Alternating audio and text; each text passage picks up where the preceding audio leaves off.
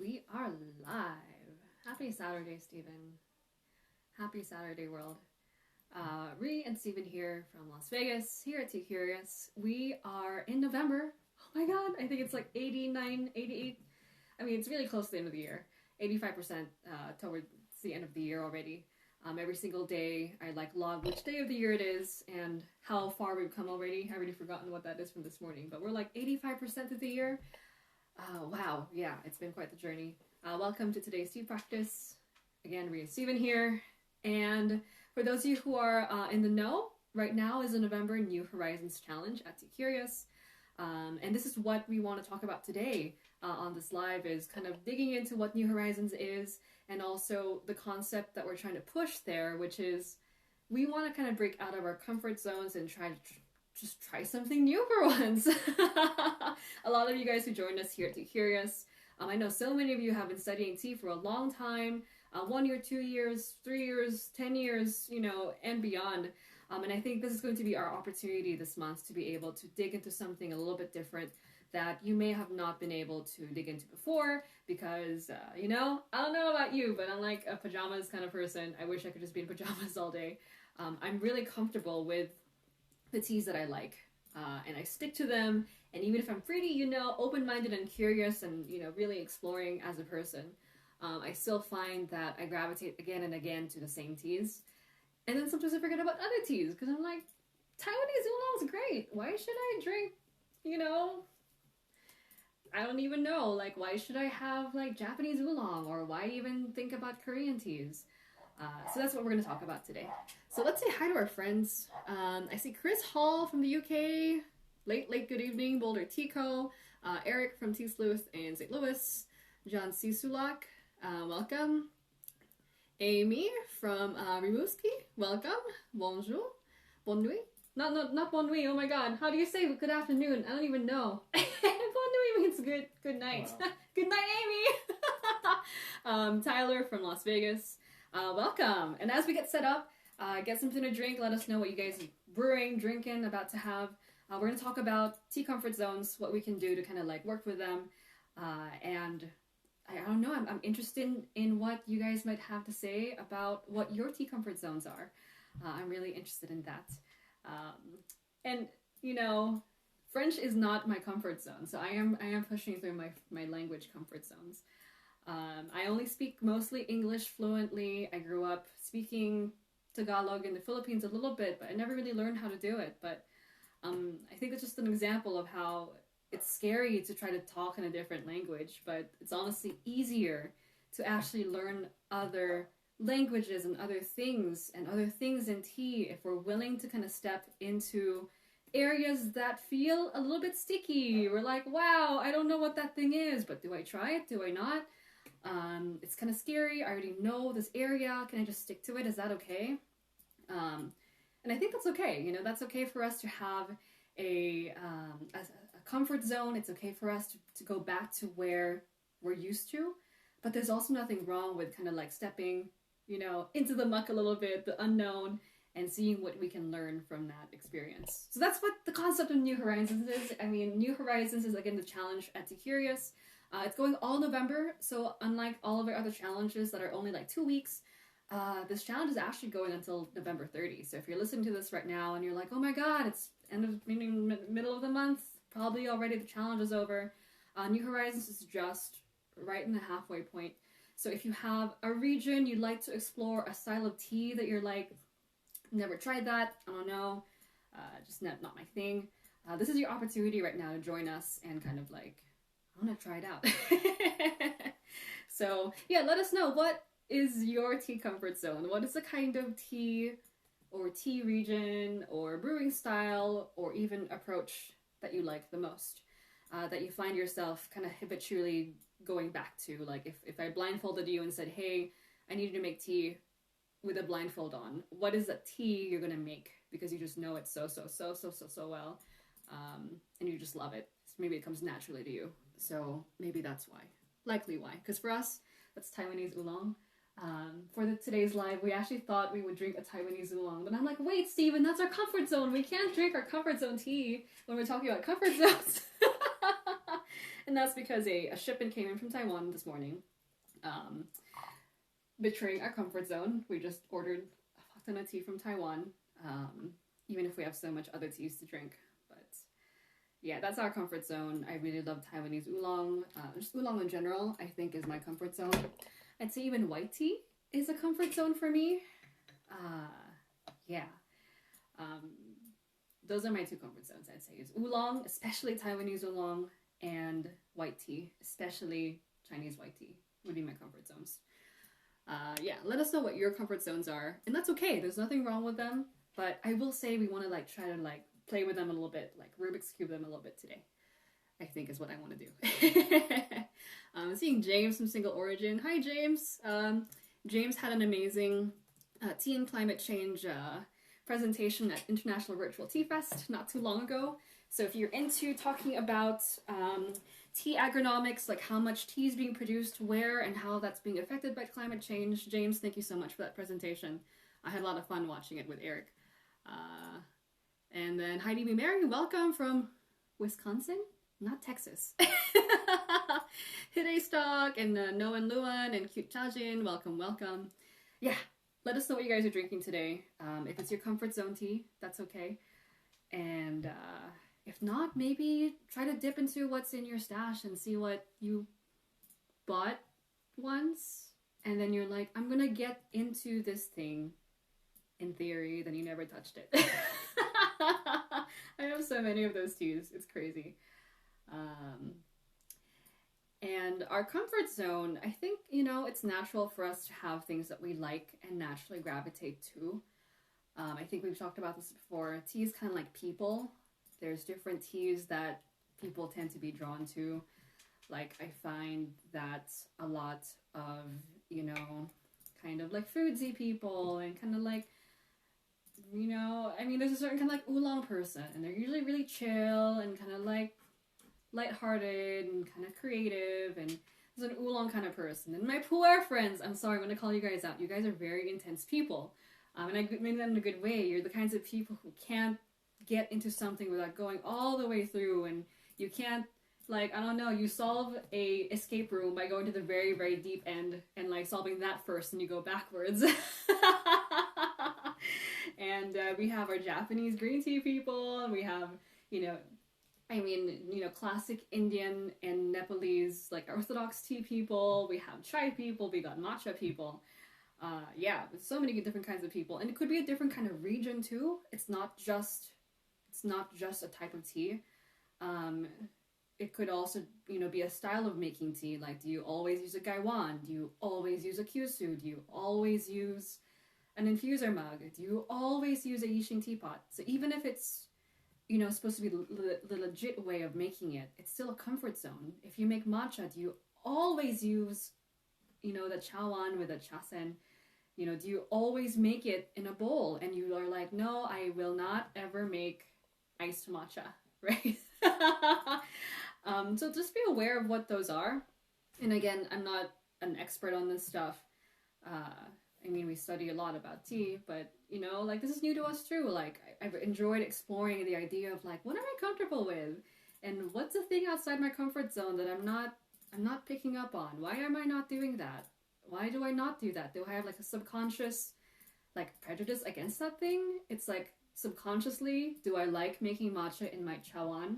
Because if I make a matcha latte, then I'm, like, subconsciously going back to Starbucks, because that's how I found out about matcha lattes with Starbucks, right? Is that a subconscious thing? What is that? Or am I afraid because I don't know how to make a latte?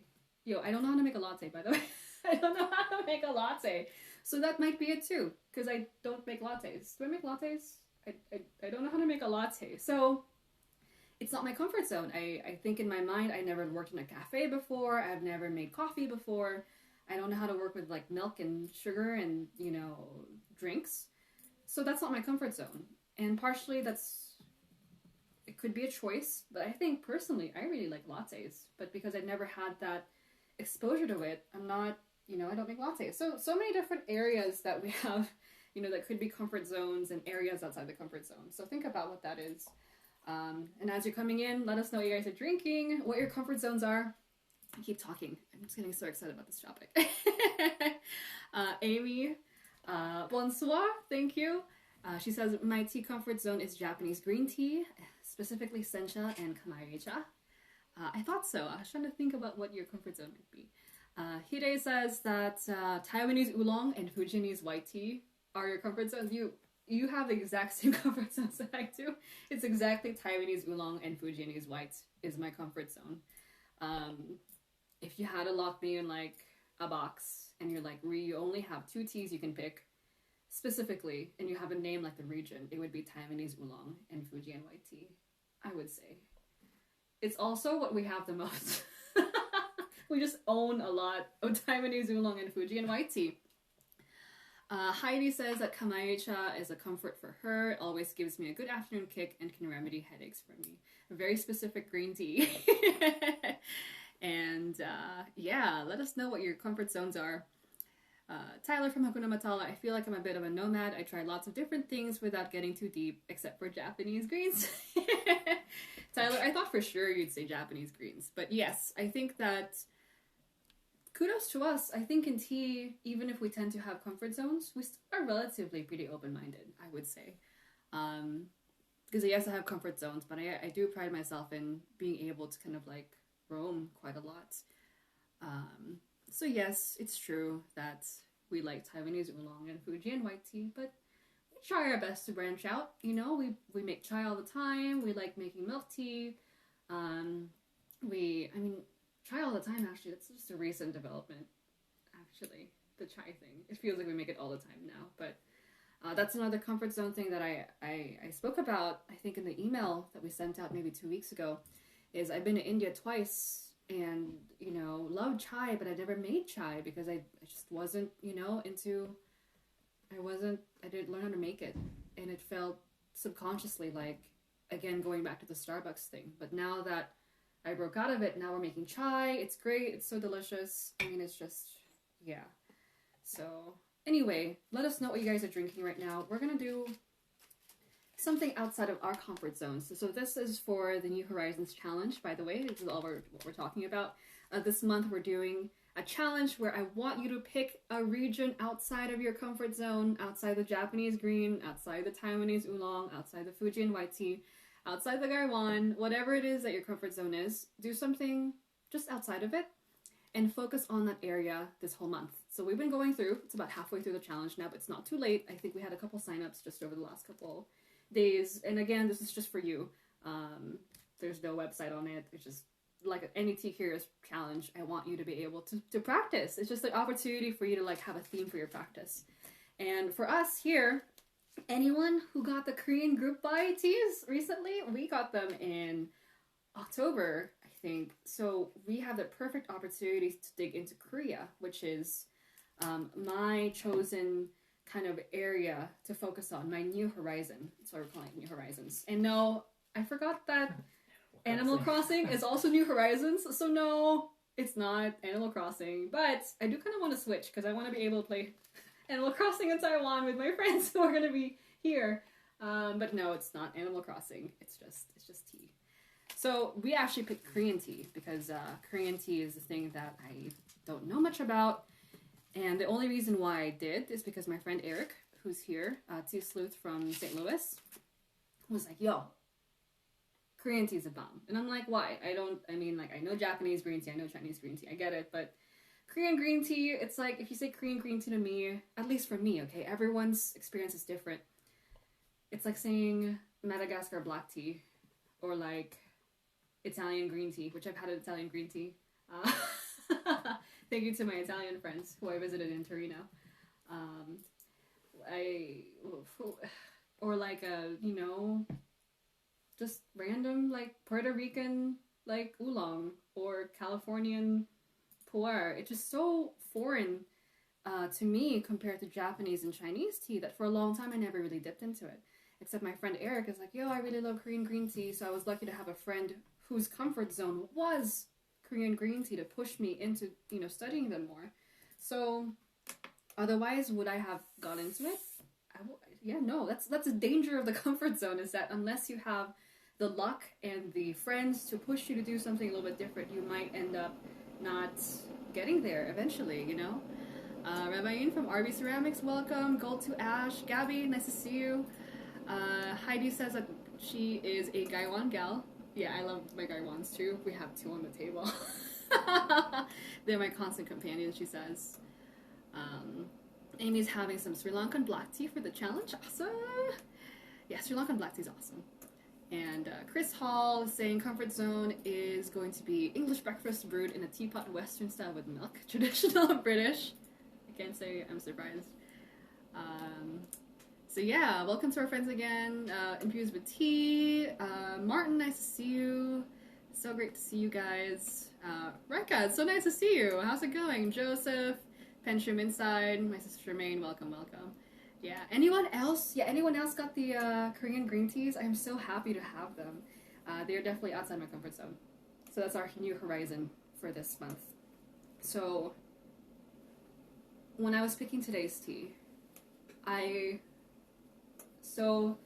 New Horizons. Yeah, let me backtrack and say New Horizons is supposed to be helping us tap into that idea of the beginner's mind again, right? So because you guys who've been studying tea for a long time, you guys know your stuff. But that means you know what a cultivar is, you know what a region is, you know what teapots go with which teas, you know what the culture is supposed to be. You know that if you pour a Gaiwan, you're supposed to pour it a certain way and use a certain temperature of water. If you use a Kyushu, you have different ways of holding the Kyushu. If you have a matcha, there's different cultivars of matcha, and I love that. I really like that we know that stuff. But there's also something that we lose when we have a lot of knowledge. So we gain a lot of knowledge, but we also lose something different, which is that, you know, when we start approaching it with that mindset already in play, like, I already know about this stuff, we can't approach it with that kind of like childlike, oh my god, what is this? This is new. I don't know what the hell this is. Do I like it? Do I not like it? I'm not sure about you guys, but I'm very thinky when it comes to tea because of my background. I used to work in the tea industry for years as a taster and sourcer. You know, I was trained to find bad tea from like hundreds of teas. I'm a consultant, you know, we do our work and we're supposed to think about tea. So when it comes down to drinking a cup of tea, I want to know, where is it from? What's the elevation? What's the cultivar? Who made it? Is it organic? Is it conventional? Is it biodynamic? You know, what season was it? Not because I, you know, want to show off, but I'm just interested in it, right? Because it's fun. But what about just like, what is this? I don't know what this is. You know that feeling? Like, I picked this tea. So now I picked this tea based on, I want to pick a tea from the Korean tea buy box. I have no idea what it is. So this is the Dongcheon Jungjak. I don't know what Jungjak is. I just don't know. I know what Sejak is, sort of. I know what Woojeon is, sort of. Those are grades of tea. All I know is that this is a grade of tea from Korea. And I don't know what Jungjak is. And that's the only one from that box that I had no like idea about, because I looked up all the other ones, but I forgot to look up this one. I don't know what this means. And for me, I'm like, oh my god, it's been so long since I've had a tea that I don't know what this is. I don't know what the heck this is. What does Jungjak mean? I can guess. Like, it's probably not early spring, it's probably not late summer. See, I'm thinking again, but remember that experience of like having a tea that you buy and you're like, I bought this because the name sounded cool. Or I bought this because the packaging was interesting. And I don't know what's going to taste like, let's brew it. I don't know, you know? So that's what we're trying to capture again with New Horizons is, what can you discover when you are put in that position? When you put yourself in that position to have that beginner's mindset again. To just not know. And so you're not expecting things. You're not making a prejudgment. And I know you guys are super like mindful and you work on all this stuff. I do too. But I can't help it. I'm going to judge this tea before I drink it because it's what I do for a living.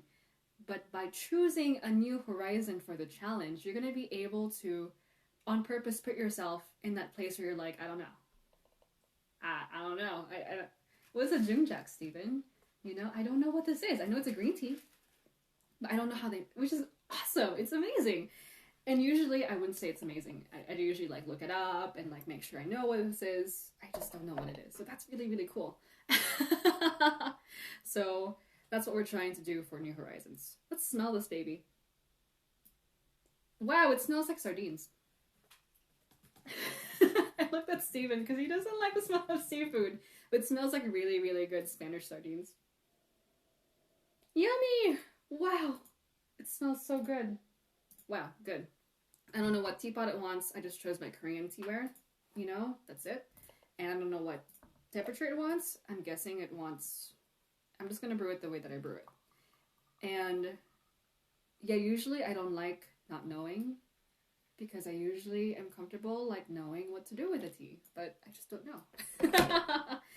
So we'll talk about what that does. What does that do for us? I saw that Amy has a Korean green too. Anyone else has it? The Korean green teas and the Balyocha from, again, Morning Crane Tea. They sent it out in the summer. Morning Crane is a completely non-profit, oh my god, completely non-profit, run by Korean Scottish ceramicist Arthur Park. He lives in the United States, but he's been working with Korean producers for like 30 years. Like long time. And he taught Eric about Korean tea, and Eric, our friend who helped set up this group, went to Korea in 2010 or 11 or something like that.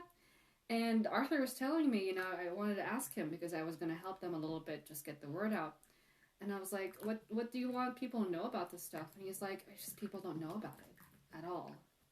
People think that Korean tea is, we've said this before, but I think it bears repeating. People think Korean tea is in between Japanese and Chinese tea, which is really messed up. That's like saying that America is in between Canada and Mexico, which is really not true. Are we like That's a lot less offensive version, actually. Really?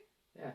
But I mean, imagine that, right? I mean, it's because like America's America. Everyone knows what America is, but you can't. Why would you want to say that? And I'm saying this as myself. Like I used to think, because it makes sense in the map.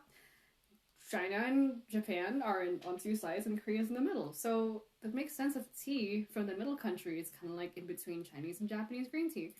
And yes, it's true that not always are people trying to like be malicious about it, right? It's not like we're setting out to like offend anyone when we say that, but we like to use, you know, shortcuts in our mind. But then when you finally sit down and drink the tea, you're thinking, yeah, this is like halfway between Chinese and Japanese green tea. Why can't the Korean tea be itself, you know? And that's something I've had to learn with Korean tea because, again, this is what I thought for a long time. So, let's say hi to some more of our friends. I'm seeing Nick Renaissance Man and Blue Willow's Teapot. Welcome. Let us know what you guys are drinking. We're having some Jungjak green tea from Korea. I don't know what it is. It's great. All I know is that it's a grade of green tea. I wish I didn't look it up before I opened the package, but I can't help myself. I got like sticky fingers. I just want to like look at the insert that comes with every cup of tea that I have. I just like info. I just like knowing stuff. Just for fun. But what can happen when we are able to put ourselves in the position of not knowing, you know? So what are we able to do? I guess is what we're trying to experience here. So Amy says, I also love tasting a lot of teas from the same region and getting a clear image of what this terroir taste is like. Yes, that's my favorite, which is why I love collecting as much info as possible. Heidi is like, sardines? I'm like, yes, very, very good sardines though. And Amy's like, Canada is technically between the US and Russia. So our Canadian friends are actually half Russian and half American. That's what Canada is. It's halfway between Russia and Canada and America. So Canadian maple syrup is halfway between Russian and American maple syrup. Oh my goodness. Steven, here's your cup. So no idea what to expect from this Jungjak. I've never had it before. It's my first time. So I picked a tea I've never had before as well. Wow, that tastes really different.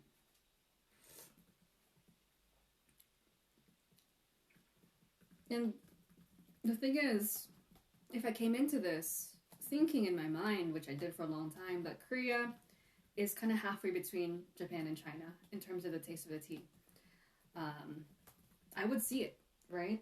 It's easy to put things in a box because our brains are designed to want to put things in boxes. But if we can, like, just for a second, let it be what it wants to be, it's definitely its own tea. It's not It's not Japanese, it's not Chinese, it's definitely its own thing. Yeah, really, really tasty. Really, really good. Let's say hi to Kim from Sunblends, welcome, and January, so nice to see you. Ravain, I love the green teas via Eric, very new for me and very enjoyable, but I love the Balyocha. Yeah, we really like the Balyocha too. So if you have the Korean green teas or the Korean Balyocha, this is a really, really good opportunity for you guys to join us for the challenge, because a lot of us are doing the Korean green teas for the challenge. So we'll be able to trade notes and talk about what we find new and taste the same teas, which we almost never get to do from so far away because we're always like ordering different things. But we all have Korean Balyocha and green tea now, which is really cool. So those of you who are joining us too, let us know what your tea comfort zone is. What's a tea that you always drink, you always go back to? You're just so comfortable with it. And what is a tea that you might want to like explore in the future that you don't know so much, you know? I think Amy said that she was brewing a Sri Lankan black tea, which is less familiar to her. And then I think Tyler was saying he's brewing a Dansong oolong, which is less familiar to him. And then we're having a Korean green tea that's less familiar to me. 10 years, 12 years studying tea between me and Steven, 10 plus years. And I don't know Korean tea that well. And actually Korea, I was learning, you know, Korea is just as old, if not maybe a little older than Japanese tea is, because if you think about it, just geographically, tea had to come through Korea to Japan. So Japanese and Korean tea, in theory, they should be around the same like prominence in our tea culture, but for some reason we know so much about Japanese tea and just the general like tea world, tea community, but not as much about Korean tea. So why is that? Tasty. Really, really good. I like it. It's toastier than I thought it would be. Very, very toasty. Really good. Yeah. So again, what are we able to put in front of us when we push the tea comfort zone? So we've identified the tea comfort zone, and that for me is Taiwanese oolong and Fujian black tea. Fujian white tea. I also like Fujian black tea a lot. And I like sweet teas. And what can we do when we just push outside of it a little bit? And I'm not trying to say don't love your comfort zone. It's great. I know, I don't gotta tell you that. We already really love Taiwan. No one's gonna take Taiwan from me except for my dead, like, curled up hands. It's not a problem, right? But what's gonna happen if we step out? And I think what happens is that you're able to learn again what it feels like to not know, even with something else. And not only really learn about something else, you learn about Korean tea, you learn about, you know, Sri Lankan tea, you learn about Dansong, you learn about different brewing styles beyond the Gaiwan. You learn all those things, right? But then you also are able to take that experience of not knowing to remind yourself what it feels like. Because I don't know about you, but with tea, I almost forgot what it feels like to be new to tea. Because I've just been doing it for so long, right? But there's something about that beginner's mind that allows us to like be more open and like explore things more. It's almost like a habit. Like it's a muscle that we can practice when it comes to tea. I think that if you're able to put yourself in like uncomfortable positions of not knowing and experimenting and testing with this new thing, you can take that back home with you when you go back to your Shangan white tea, when you go back to your Taiwanese oolong, go back to your Japanese green tea, and like wonder like, what else can I do about this thing that I never thought about before? You know, what else am I missing? What preconceived notions did I have about it that I didn't know that was there, you know? This is also a good way for you to understand friends who are new to tea. I'm guilty of this, but I'm so into tea that if I have a friend, I'm like, yo, try this milk oolong. It's from Taiwan. It's from Nantou, Taiwan. It's milk flavor. It's amazing. Oh my god. Or like, try this white tea. It's Silver Needle. It's from Fujian. Amazing. Like, we want to like bombard them with like all of our passion about the thing. It's like, wow, the terroir of this place. Yo, if you go to China, you're tasting the land of this white tea. It's from this tea maker and they dry it in the sun. It's great. And your friend's like, they dry it in the what? Because they're new to it, you know? They had no idea what we were saying, but we're just so excited. And there's nothing wrong with the being excited part. But you can, by choosing a new horizon and like working on it and like experiencing again what it's new to be something, you can almost learn what it's like for your friend to be there. So when you're like, we're gonna brew some nanwo shang pour. For you, that's so normal. When I say nanwo shang pour, that's like nanwo shang. It's a place type of tea, you know? Even worse if you get the really, really long, like 1998 Hong Kong stored Xiaguan Shangpo commemorative edition. Tuo cha. So for us, we can parse that. You guys get that, right? You guys know what that means. But if we have a friend come over and we're like, yo, let's have some 1998 Hong Kong stored Xiaguan Tuo cha commemorative edition Shangpo. Wet stored, you know, like wet stored, but now it's dry stored because I'm living in you know, the Midwest and it's dry here. They have no idea what's going on. So what can you do then? If you're going to be a good tea host, if you're going to be a good guide for people, we have to learn again, just teach ourselves again what it feels like to be sitting in front of this thing. And you know that feeling of like, why, yo, what is this tea? Is that a bong? Right? Like, is this a bong? I'm like, no, it's a teapot. They're like, it's a bong, right? And why are the teacups like this? And why do you have the cup here? And why is the leaves here? Why is there like this thing? You know, they're so overwhelmed with all this other information. And yes, it's probably impossible to recapture that same level of beginner's mind. But we can move, I think, pretty close to it when we try that new horizon. Because when you're like, see, for me, Jungjak, DC Jungjak from Dongcheon Tea, from Hadong County. I'm like, what does that mean? I don't know what that means. So then you're in that position again where all you're judging on is the taste, you know? Like, all you're able to work with is the taste. And also your friend who's like spouting off all these craziness, you know? So to our friends who are joining us, good afternoon from Vegas. We're like halfway through a session with this green tea from Korea. Don't know what to tell you about it because I don't know what it is. I specifically picked it just because I thought the name was, it's a cool name and I don't know what it is. I wanted to have that feeling again. And it's great. I'm not thinking about what harvest it was. I'm not thinking about how high the elevation was or that it's bringing out like a roasted taste. It's just a thing. And for people who, I'm not sure about you, but I think a lot. I'm always in my head. I'm always analyzing things. It's a blessing to just be able to sit down and like, yo, this is just a tea. Does that make sense? Any other experiences with beginner's mind and like exploring new teas? For our friends who are coming in, let us know what your comfort zone tea is. That's what we're trying to figure out. Your habitual tea, the tea that you can make blindfolded because you're just so used to it. The tea that if I put you up on like TED and I'm like, hey, make a talk about a tea and brew tea for 10,000 people. You're like, oh God, please, Taiwanese oolong, please. You know, what is that tea that you're so used to? And then also, what is outside of that area that you haven't poked into yet, and why? Why haven't you poked into it yet? Yeah. So I'm saying hi to Joe and to Jess. Welcome. Paper Animals, Stephen P. Wood, Nazanin from Tea Thoughts. Welcome. Copy Hugh Tea. Yeah. Welcome to Tea Practice today. It's so nice to see you guys. Afternoon here in Vegas. It's about 1:30, I guess. I don't even know what time it is. We're having some Korean green tea. So let us know what you guys are drinking. Joseph says that his comfort zone is shang and white tea. Brewed in a watermelon cup. Drunk from a watermelon cup. Classic Joseph setup. And Jess and Amy, I see you. I'm sure you have like all the excitement when you share tea with your friends too, knowing you guys.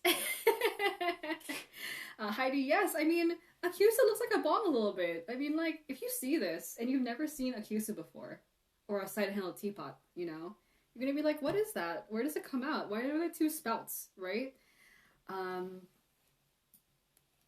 personally, because I've done it so much, I almost get that, like, 1% irritation. I'm like, ugh, I gotta explain this again. I actually don't mind, you know, but I still will acknowledge that a 1% irritation that I'm like, yo, again, like, God, it's a Kyushu, like, it's a side handle teapot, obviously. That 1%, I'm still gonna pick it out and, like, you know, mess with it a little bit because it's still there. I think it's okay, but as long as we're aware of it, you know? Kim from Sunblends, would you say the overall tea experience is the enjoyment of it? So tea info is not always necessary. I'd like for you to think about this question from Kim because I think it's a good question. Would you say the overall tea experience is the enjoyment of it? So tea info is not always necessary. And then I'll answer because that's a really good question. Is the experience of tea the important part and info is not as important? I want you to think about it too, Stephen. So, and I want to give space because I'm always talking. So, I think that in tea, the answer is almost always somewhere in the middle. And yes and no. Wherein, like, yes, the experience of the tea is all that is. The info is really not that important. We shouldn't care if it's from Korea or Madagascar or from Iran or from Belgium or from Colombia or from the Galapagos Islands. It shouldn't matter in theory, right? And I think we need to accept that truth, that it's just an experience and that's it. And also on the other side, info is also extremely important, and we can't have tea without info because tea did come from somewhere. It did come from a place. It did come from Argentina. It did come from China. It did come from Nepal, you know? We can't, we have the experience, but can we really, like, separate the tea from where it came from? And without info, you know, sometimes we kind of demonize info. It's like, oh, people are so, you know, caught up in the cultivar and caught up in the roasting and caught up in the processing. I do think this is true. People get caught up a lot. But if we can use that information to appreciate the tea more, like what Amy was saying about she loves exploring terroir. Like, I want to try all the teas from Kagoshima in Japan so that I can get to know what Kagoshima is. I want to get to know that place. If we can use info to serve the tea, if we can use info to lead to a better understanding of the experience, I think it's better. It's when we use it just to, like, put down Uno cards. It's like, yo, I know what the cultivar is. Yo, I know what the elevation is. I know what the processing is. I think that's where our danger is. Because it happens. And I hate it. I really hate that, by the way. If you have me meet your friend who likes to do that, don't. I'm going to murder him. So don't make me meet your friend who likes to do that. Most importantly, don't let Steven meet that friend, because Steven will murder him faster.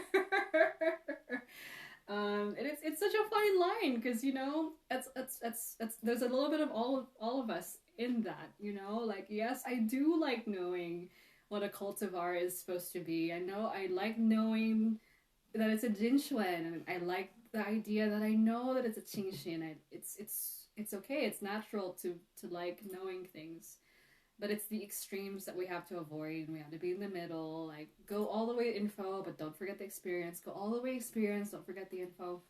Yeah, tea is complicated. It can't just be like a simple answer. Why can't it be simple? Like potato chips. Potato chips are so simple. They're salty and delicious and crunchy. But I have a feeling that's why we like tea, because there's always a little something extra to it. Ryan, totally agree. It's a joy to discover the basics again. Yeah, really well said. I'm not good at summarizing things, but it's perfectly well said. Discover the basics again. And Amy from Le Brudelot, for me it's harder to describe the teas that have been part of my comfort zone for so long. I learned the vocab later, so Kamaricha just tastes like delicious tea. Wonderful. It's a different experience into it then, because I think this is closer to what people who grew up with the tea actually experiences. You know, talking to someone like Claudia from Tea Epiphany in Vancouver, she's like, I just grew up with the tea, and we just called it, like, tea, right? Or, like, I guess, like, oolong tea or pu'er tea, but it's just tea from dim sum, you know? So all you know is that deliciousness, and that's it. And there's a little bit something different about just knowing the tea for what it is versus having all the names and all of, like, all the categories and stuff like that. I do think that as tea people, maybe this is a good thing or a bad thing for you. If we want to learn about tea, we have to be okay with letting go the ability to not know, because we do have to know a little bit. We do have to know the information and stuff. And that is, I think, a little bit of a sacrifice that we have to dig so deep into tea in order to serve tea to others. Kim from San Blends, Amy from La Brudela. We have so many tea shop friends here, so many tea educator friends here too. You are doing a service to other people by taking on that weight of knowledge so that you can use it to share it with people without them having to know all of it necessarily. And then now your customers, your friends, can make the decision if they want to go deep into it. But if they don't want to, you're also the person who let them enjoy the thing that you picked without them having to go as deep as you chose to. So we're getting really meta here, but I think that is something that's a credit to tea vendors and people who host tea ceremony or host tea parties, host for people. When you serve tea, you do, give up some of that not knowing, and your guest is the one who is able to enjoy all the way and have a choice if they want to be crazy like us. You know what I mean? Yeah. So Kim from San Blends, perhaps by enjoying the tea first would lead you to explore it further and ask for the info. I totally agree, both are needed. Yeah. We just talked about that without me even reading that. Yeah, if they can enjoy it first and then later on they can ask about it if they want to. But I wonder too, if you knew the info first, would you love tea as much?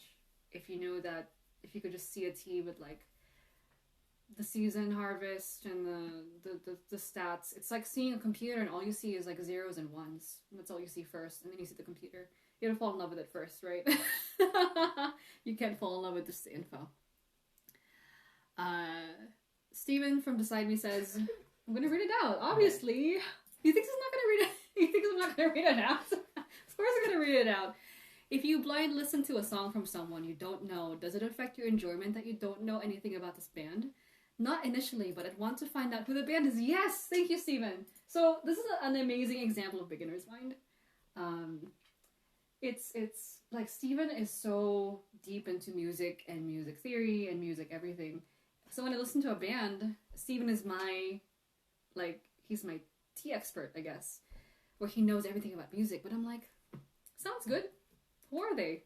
What are they? What genre is this? That's what I want to ask. What genre is this? Do you like that question? What genre is this? Sure. Yeah. Yeah, it's okay. See, I don't even know. But right, isn't that when your friends are talking to you, they have all these oh, what kind of tea is this? Is that okay to say? Or can I drink this? Is that okay? Or if I blow on it, is that okay? If I don't finish it, is that okay too? So think about what happens when you're put in that position that you don't know. And for me, that's music. Because I learned a little bit about music, but not a lot of deep theory stuff. I didn't know what a 4/4 time signature. See, I'm wow, I don't even know what to call that. Because in the Philippines, our music teachers only taught us how to play instruments. They never taught us the terms. So I didn't know what 4/4 time signature. And take that feeling of not knowing what that is and be what is that? Remember what that feels like so you can serve others better, and also use it when you're actually drinking tea for the first time again and you don't know. So, yeah. Any other thoughts from you guys? I really love this concept of the beginner's mind. I actually didn't know that there was a formal term for the beginner's mind until I looked it up not too long ago for New Horizons. And I'm like, wow, there's actually a term, it's Shoshin, called the beginner's mind. I think Shunryu Suzuki, was that what it was? I researched this very, very recently. I really want to read this book. It's called The Beginner's Mind, or Beginner's Mind, Zen Mind. I think it's by this teacher of Zen. His name is Shunryu Suzuki. Anyone has read this by any chance? It's supposed to be a really famous book. I didn't know about it. But the concepts are if you're new to something, you're able to be open-minded and ask questions and delight in the joy of finding something new. And if you're new to something, you can think about the coulds and the possibilities. What can you do with this if you've never had Korean green tea before and you haven't been taught yet? What's the right approach? You can ice it, or you can deep freeze it, or you can cook with it. If you can put in a cake. You can do anything else you want with the tea because no one taught you yet what was the right thing to do. You can make jelly out of it. You know what I mean? I mean, I get so many questions from our tea friends who are so, you know, like new to tea, and they ask these crazy questions, and sometimes they're brilliant. It's like, can you use Japanese black tea and chai? And our used to it mind, you want to call it the expert mind. I don't want to be called an expert, okay? That means I'm gone forever. But if you're in that expert mindset, you're like, Japanese black tea and chai. No.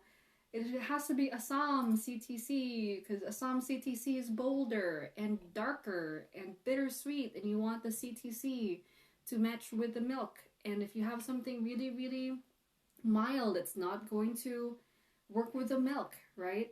Which is true. Actually, if you tell me that, I'm like, that makes sense. That makes total sense. But have you tried it? Did you try it? I haven't tried it. You know what I mean? We're so concept-based. And it serves us 90% of the time. I'm willing to bet right now that the Japanese black tea probably wouldn't do well in a chai. But I don't know. I'm not sure. What if Japanese black tea has some secret special ingredient in it? Special, like, something about the volatiles in it. Something about it that makes a really good chai. And it goes perfectly with ginger and cinnamon and cardamom, but we don't know it because in our minds, yo, Steven, like, if you made chai right now, I'd be like, no, you can't use a Japanese black. I did this not too long ago. You said, let's use Alishan black tea to make chai. I'm like, no. Don't make Alishan black tea chai. Like, what the hell? Use a CTC. That's wrong. And now I'm in the position that I don't know what Alishan black tea chai tastes like. Because I did this, I did that. No, Steven. No, you need to use Assam chai. Assam CTC. And I'm in the position now that I didn't know. But if I let Steven do it, I would have experienced it already, and I'd be able to answer the question, does Alishan High Mountain black tea make a good chai? I can only tell you in theory. And you guys who are here are so used to drinking tea that I'm okay with you guys breaking the rules. Like, you already know, in theory, that, yes, black tea should be a little bit more punchy with milk. Especially Chris, if you're still here. Yeah, you need a bassy, bold black tea for milk. You already know that. I'm not gonna tell you that. You guys already know. So go try it. Nothing to lose. There's nothing to lose when you do that. So, Rob Rain says, love that book. See, I haven't read it yet. I'd love to read it. Tyler says, make me think of teas that are really aggressive to beginners. Shang. Like how some music sounds terrible when you first listen. Anyone into free jazz? That tastes like Shangpur to me. That tastes like overbrewed Shang to me. I didn't get it. Your dad had some free jazz on. Really? You're never gonna get it. I don't know. I should be open to it now, right? Like, I want to understand why Sorry for anyone in the chat who likes free jazz. If someone likes free jazz, don't listen to Steven. I'm open to understanding it, but when I first heard it, I think your dad was playing it, then I woke up, and I'm like, what is this, like, cacophony happening? Like, I don't even know what this is making me very uncomfortable, because it's so, like, offbeat, and music's supposed to be following a certain pattern that I think I woke up with, like, this dread, like, what's wrong with this music? There's something wrong with this! And I literally searched on Reddit, why is free jazz good? What is good about free jazz? And then I found the jazz subreddit, and they're all really, really, really particular, so I wasn't able to get an answer. But someone likes it, so then that's part of the beginner's mindset too, is this thing that you don't like, this thing that you don't get. Someone likes it. Maybe you might not like it, but someone does. Maybe we need to ask them why.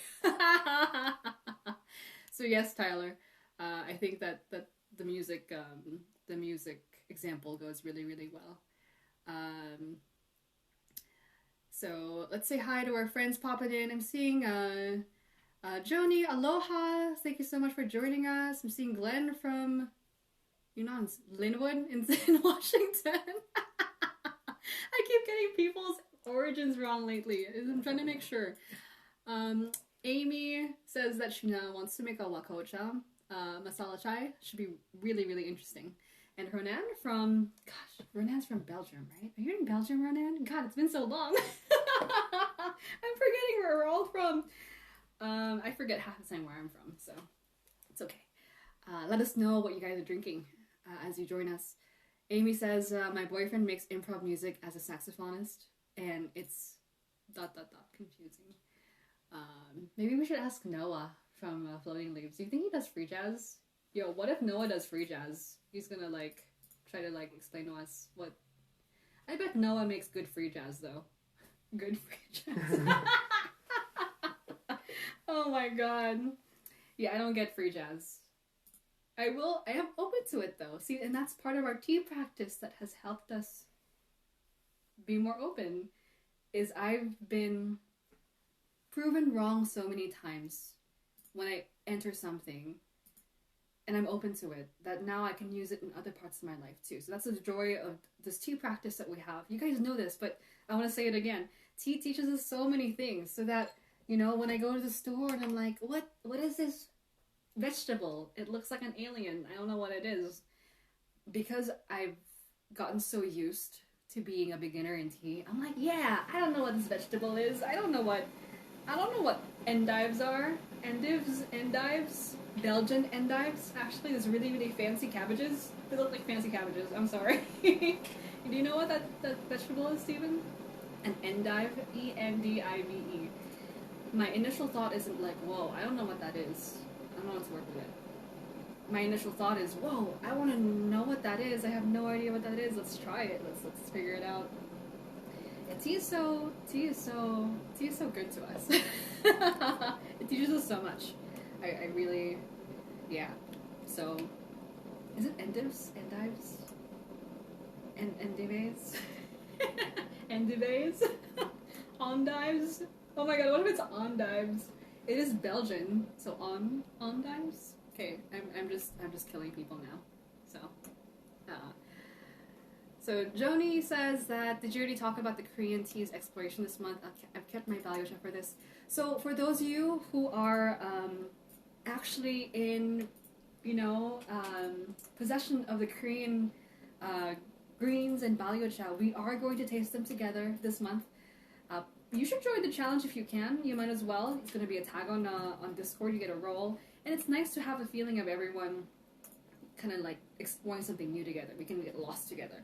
And Nick from Slick Neville on Instagram, also on Discord. What a mad lad. He decided to drink flavor teas as his comfort zone, outside his comfort zone. So his new horizon is flavor teas. He is so brave. He's like, there's this maple syrup flavored black tea. It smells good. He's being super gracious about it. I think that we have a couple folks who are doing bowl brewing as their new horizon. There are people doing, I think, what else is there? Some people are doing chai, either discovering or rediscovering masala chai on stovetop. Some people are doing lattes. I think, yeah, Dave is doing lattes. We're doing Korean tea. I think Everest and Mafaldine are both doing black tea because they're not used to drinking Hongcha black tea. It could be anything. It could really be anything. And some of the things that came in, I'm like, wow, is that really what people's new horizon is? Like bowl brewing? I didn't know that. I thought bowl brewing was so easy. But it just shows that so many people have so many different journeys to this point. That's something that might be very obvious to you. You're like, oh, of course, Jungjak from Korea is XYZ. I don't know, right? Like, it's really cool to see that we just, So, yeah, pick a new horizon and join us. And we will be drinking the Korean teas together. So next week, I think, is Korean green teas. We're going to set up a side-by-side tasting of all 5 of them. So this is my day where I get to be we can be all abstract and Picasso-like today, because we can talk about these concepts, which is nice. But then next week we will go into the just side-by-side tasting, serious tasting. This is serious too, but we're going to put out 5 bowls. We'll put the 5 grades of green tea. We're going to taste down the line what the grades are, just to get an idea of what Korea is trying to tell us. This is going back to the whole concept of somewhere in the middle. You can be as abstract as you want to be on one day, and then on the next day you can be as concrete as you want to be. Having both, I think, is very rewarding for tea practice. Do both, you know? So we'll do that next week. Green teas next week on Saturday. And then we will also do Balyocha on the very last Saturday of this month.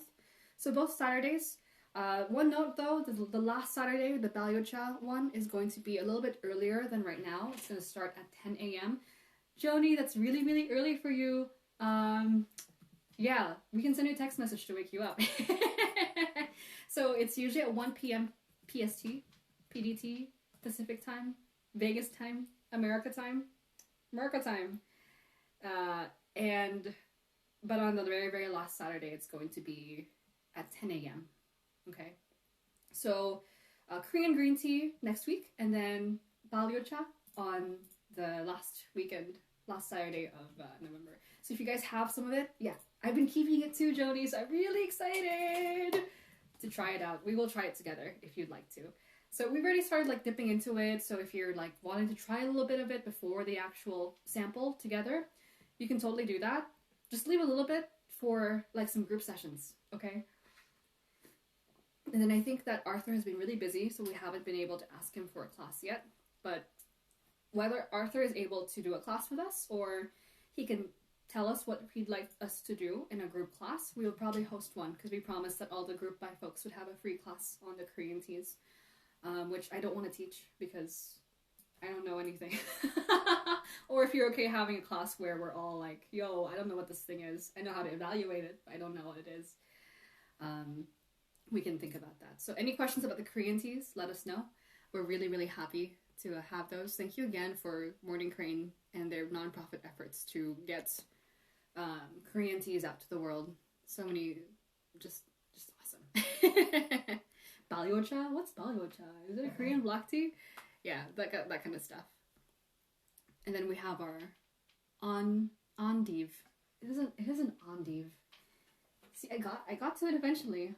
Endive. I never did get to it. Endives. Endives. It's like when you say Gayokuro. You know what I'm saying, right? Why? It's okay. What is it? Oh, sorry. Yeah. So that's what's happening. And then, yes, Chris, thank you so much for reminding us. Tomorrow, this is going to be a new horizon for a lot of people. We're really obsessed with water. You know this. I know it's a little scary. It's like this water thing that Ree likes to do over there that she likes to like fiddle a lot with, that sometimes I see it on her stories and I'm like confused because I don't get it. No problem. This can be a new horizon for you too. This is going to, be amazing. So tomorrow, water formula is going to come out. Keep an open mind.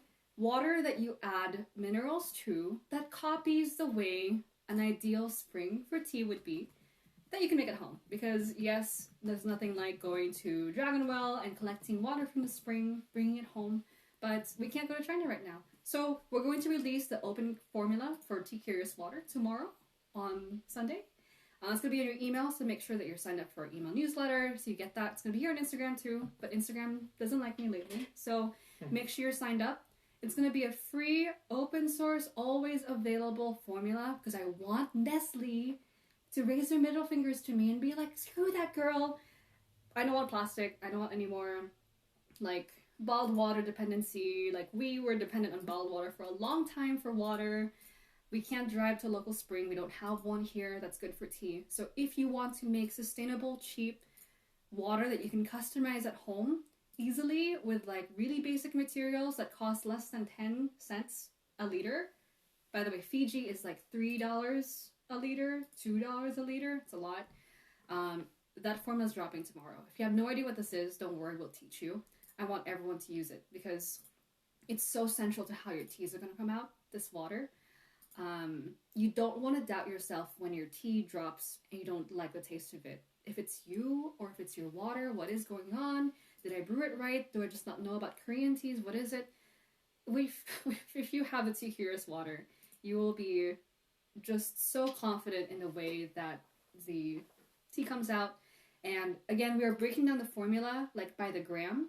So if you want to change it, if you don't like it, you're like, it's a little bit too light for my taste, you can change it and make it yourself at home. So we're really, really excited. No secrets. I hate the secret formula bullshit. I really hate that shit. So no secret formula. We are just going to make it, free to the world. And if you would like to buy some from us, I don't know, people don't want to make it at home. We're trying to manufacture it. I personally don't want to pack it up, but if you feel like you don't want to make it at home, we are going to make it in sustainable packaging so that you can try it. I'm going to be honest with you. I'm only making it in packets because I want someone to buy it. And then I'm going to say in the back, yo, you can make this at home. And I'll make it at home. Because I don't want to sell water. I don't want to sell water. What I do want to sell is our water course, which is dropping in December. So it's the only thing that's not going to be free. Water formula is free. Water education is going to be free. But the deep, deep, deep dive into water, that course that I thought was going to come in October, but now is going to be December, is dropping in December. So no one knows about it yet. We're still working on it. We're still filming every single day here at Tea Curious. It's going to be a deep dive about the story, the history, the science, the chemistry of water and tea extraction. You learn how to make different kinds of water based on the different volatiles and different components in your cup. So if you want to learn how to make a punchy black tea versus a sweet black tea, you can actually do it using the water. So that's only if you really, really want to dig really, really deep into it though. But the formula is completely free, totally going to be free forever. That's all I want is people to have good water. And if you want to dig deep into it and get really nerdy, that's when you can take the course. But that's what's happening. There's so much going on. And then next week, Steven and I, because we haven't had a day off in ages, are going to Yosemite. So that's what's going to happen. We are really, really excited. I'm going to have my beginner's mind actually in Yosemite. I'm trying to because we've been so deep into water lately that,